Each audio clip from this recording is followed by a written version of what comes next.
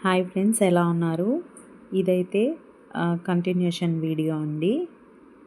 Old methodology బుక్లోనిది చూద్దామండి. గణితం సహసంబంధం గణిత శాస్త్రానికి ప్రత్యేకమైన విషయం కాకుండా దీనిని విశ్లేషణ, హేతువాదమైన ఏ విషయంతోనైనా సంబంధించినదిగా పరిగణించవచ్చు అని ఎవరు చెప్పారు? జాతీయ విద్యా విధానం 1986. గుర్తుపెట్టుకోండి, ఇది చాలా ఇంపార్టెంట్. గణిత శాస్త్రానికి ప్రత్యేకమైన విషయంగా కాకుండా దీనిని విశ్లేషణ, హేతువాదమైన ఏ విషయంతోనైనా సంబంధించినదిగా పరిగణించవచ్చును అని ఏం చెప్పింది? జాతీయ విద్యా విధానం 1986. ఇది మనకి ఒక ఇంపార్టెంట్ అనమాట. అండ్ ఇక్కడ కూడా అన్ని భౌతిక పరిశోధనలకు ఒక తప్పనిసరి పరికరం గణితం. బెర్త్లాట్ ఏమన్నాడు? అన్ని భౌతిక పరిశోధనలకు ఒక తప్పనిసరి పరికరం గణితం. చూడండి, ఇలాంటివన్నీ కూడా మనం ఏం చేయాలి? కీవర్డ్స్ అనేవి గుర్తుపెట్టుకోండి. ఇంకా టాపిక్లోకి వెళ్తే సహసంబంధం భావన. విద్య అంటే జ్ఞానార్జన. విద్యార్థులు పాఠశాలకు వెళ్ళేది జ్ఞానార్జన కోసమే. జ్ఞానం ఒక సమగ్రమైన మొత్తం. జ్ఞానం అనేది ఒక అపారమైన సమగ్రమైన పాఠ్యేతర విషయం. ఏ ఒక్కరూ దీన్ని ఒకసారి పొందలేరు, జీర్ణించుకోలేరు. కాబట్టి బోధన సౌలభ్యం కోసం అటువంటి జ్ఞానాన్ని గణితం, భాష, విజ్ఞాన శాస్త్రం, సాంఘిక శాస్త్రం అనే వేరు పాఠ్య విషయాలుగా విభజించడం జరిగింది. సౌకర్యార్థం ఆయా విషయాలను అనేక మంది ఉపాధ్యాయులు బోధిస్తున్నారు. నెక్స్ట్ చూద్దాం. విద్యార్థుల్లో సమగ్రమైన మూర్తిమత్వాన్ని పెంపొందించడమే విద్యాబోధన ముఖ్య ఉద్దేశం. ఒకే లక్ష్య సాధనకు వివిధ సబ్జెక్టుల ద్వారా కృషి చేస్తున్నాం అంటే ఈ సబ్జెక్టులు ఒకదానితో మరొక దాని సమన్వయం ఉంటుంది. వీటిని విడదీయలేం. భాష నేర్చుకోవడం ద్వారా భావ వ్యక్తీకరణ, గణితం ద్వారా నిత్య జీవిత సమస్యల సాధన నైపుణ్యం పొందటం, మానసిక శిక్షణ పొందటం, విజ్ఞాన శాస్త్రం ద్వారా ప్రకృతిని అర్థం చేసుకోవటం, దాన్ని ఉపయోగించుకోవటం, సాంఘిక శాస్త్ర పఠనం ద్వారా సామాజిక పరిస్థితులను అవగాహన చేసుకోవటం, సమాజంలో ఒక వ్యక్తి ఉనికి గుర్తించడానికి సంబంధించిన జ్ఞానం, అవగాహన, నైపుణ్యాలను విద్యార్థి పొందుతాడు. మనస్సుకు ఉన్న వివిధ శక్తుల ద్వారా ఈ జ్ఞానార్జన చేస్తాం. జ్ఞానార్జన వివిధ శాఖలైన గణితం, భాష, విజ్ఞాన శాస్త్రం మొదలైన పాఠ్య విషయాలను సంశ్లేషణ చేసి వాటి మధ్య ఉండే అంతర సంబంధాన్ని చూపేటట్లు వ్యవస్థీకరించిన ఒక మంచి పద్ధతిని సహసంబంధ సూత్రమని హెర్బర్ట్ భావించాడు. ఎవరు భావించారు? హెర్బర్ట్ భావించాడు. విద్యా ప్రణాళికలోని పాఠ్య విషయాలను ఒకదానితో ఒకటి సంబంధపరచి బోధించడానికి సహసంబంధం లేదా పరస్పర సంబంధం అని అంటారు. ఇంకా చూద్దాం. ఏదైనా ఒక విషయంలో సమస్యను మరొక విషయం సహాయంతో పరిష్కరించడమే సహసంబంధం అని బ్రాడ్ఫోర్డ్ నిర్వచించాడు. ఉదాహరణ, ఎగ్జాంపుల్ కూడా ఇచ్చారు. ఈ ఎగ్జాంపుల్ ఒక పాజ్ చేసి చూసుకోండి, ఓకేనా? నేను ఇలా ఎందుకు చేస్తున్నానంటే ఈ బుక్ అందరి దగ్గర ఉండకపోవచ్చు. కొనాలి అని ఎఫర్ట్ చేయలేని వాళ్ళు కూడా ఉండొచ్చు, మేబీ ఉండొచ్చు. భాష ద్వారా గణిత సమస్యలు తెలపడం జరుగుతుంది. అట్లాగే భాషలో ఉపయోగించే యతిప్రాసలు, ఘన విభజన, అక్షరాలు, సంఖ్యలు గణితం ద్వారా విశ్లేషించడం జరుగుతుంది. కాబట్టి ఉపాధ్యాయులు సహసంబంధ సూత్రాన్ని నిరంతరం మనసులో ఉంచుకున్నప్పుడే వాస్తవమైన విద్యాబోధన సాధ్యమవుతుంది. విద్యార్థులు పొందిన జ్ఞానం అర్థవంతమవుతుంది. నెక్స్ట్, థార్న్డైక్ తెలిపినట్లు ఒక పాఠ్యాంశానికి చెందిన విద్యార్థి సామర్థ్యం మరొక అంశానికి చెందిన అతని సామర్థ్యాన్ని పెంపొందిస్తుంది. ఇలా ఏదైనా ఒక అంశానికి చెందిన జ్ఞానం మరొక అంశం అవగాహనకు వినియోగించడాన్ని సహసంబంధం అంటాం. ఈ యొక్క సహసంబంధ రకాలు. సహసంబంధం 2 రకాలు. అవి బాహ్య సహసంబంధం, అంతర్గత సహసంబంధం. గణితానికి నిత్య జీవితాంశాలతో సంబంధం, ఇతర పాఠ్య విషయాలతో గల సంబంధాన్ని బాహ్య సంబంధం అంటారు. గణితంలోని వివిధ శాఖల మధ్య, ఒకే శాఖల్లోని వివిధ అంశాల మధ్య గల సంబంధాన్ని అంతర్గత సహసంబంధం అంటారు. గణితం సహసంబంధం. ఇక్కడైతే మనకు ఒక టేబుల్ ఇచ్చారు. మీకైతే ఇది నేను క్లియర్గా పెడుతున్నాను. వీలైతే స్క్రీన్ షాట్ తీసుకొని చూసుకోండి, ఓకేనా?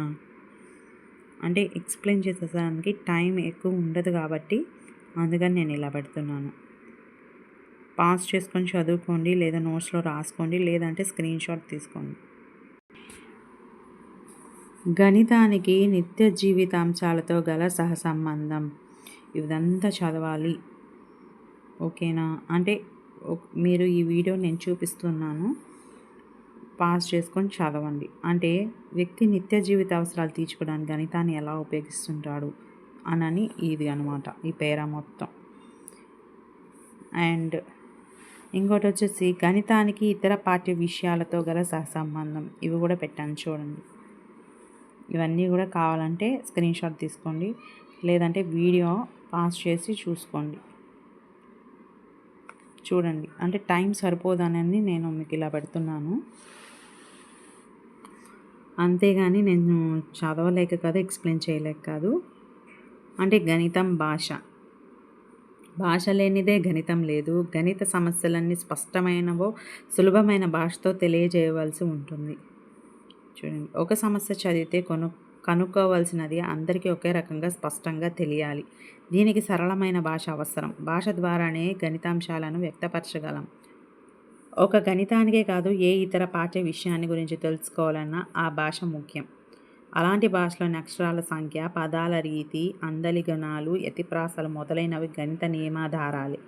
భాషకు మూలమైన వ్యాకరణం గణిత సూత్రాల మీద ఆధారపడినవి. ఇంకా చూడండి, ఇది కూడా గణితం, భౌతిక శాస్త్రం. ఇంక ఇదంతా కూడా చూసుకోండి.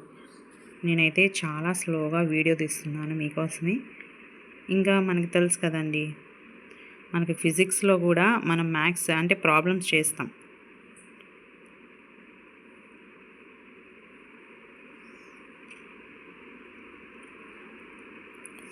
అందుకే నేను ఇదంతా చదవడం లేదు. చదివితే ఎక్కువ టైం, వీడియో ఎక్కువ ల్యాగ్ అయిపోతుందని మెయిన్ పాయింట్స్ అయితే చదువుతున్నాను. ఇంకా గణితం, రసాయన శాస్త్రం.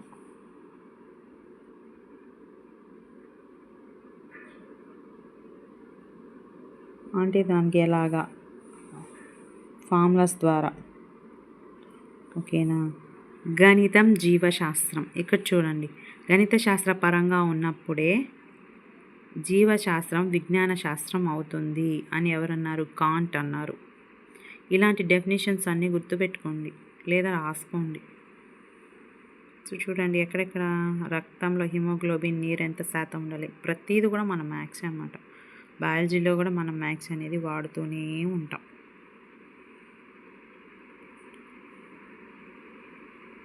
తర్వాత గణితం, సాంఘిక శాస్త్రం. దీంట్లో కూడా సోషల్లో కూడా మనం మ్యాథ్స్ అనేది యూజ్ చేస్తూ ఉంటాం. చూడండి, మీరు చదువుతారని నేను స్లోగా వీడియో తీస్తున్నాను. అంటే ఇది ఎక్కువ టైం అయిపోతుందని, అంతే, అంతకుమించి ఇంకేం లేదు.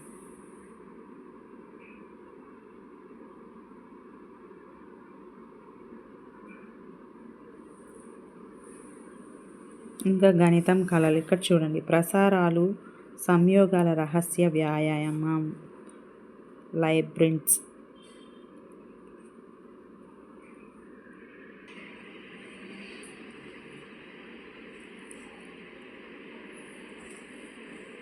వయలిన్, గిటార్ మొదలైన సంగీత వాయిద్యాల్లో కూడా గణిత శాస్త్ర సూత్రాలను పాటిస్తాయంట. ముద్రలు, నాట్య భంగిమలు, ముద్రలు అన్నీ గణితానికి సంబంధించిన సౌష్ఠవ ధర్మాలపై ఆధారపడి ఉంటాయంట. ఇంకా గణితం, వ్యాయామ విద్య. ఇవి చూడండి, గణితంలో వివిధ శాఖల మధ్య సహసంబంధం.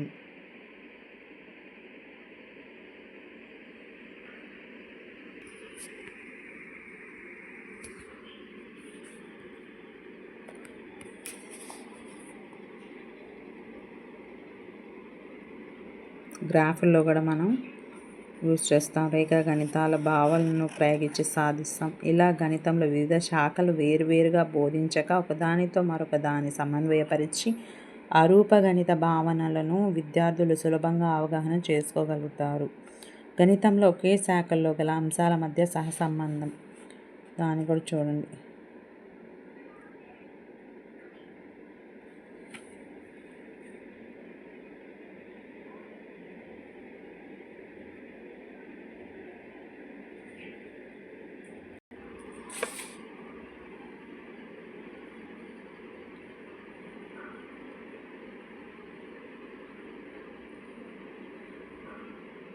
నమూనాల గుర్తింపు. గణితం అనేది నమూనాల గుర్తింపు. సంఖ్యా నమూనాలు.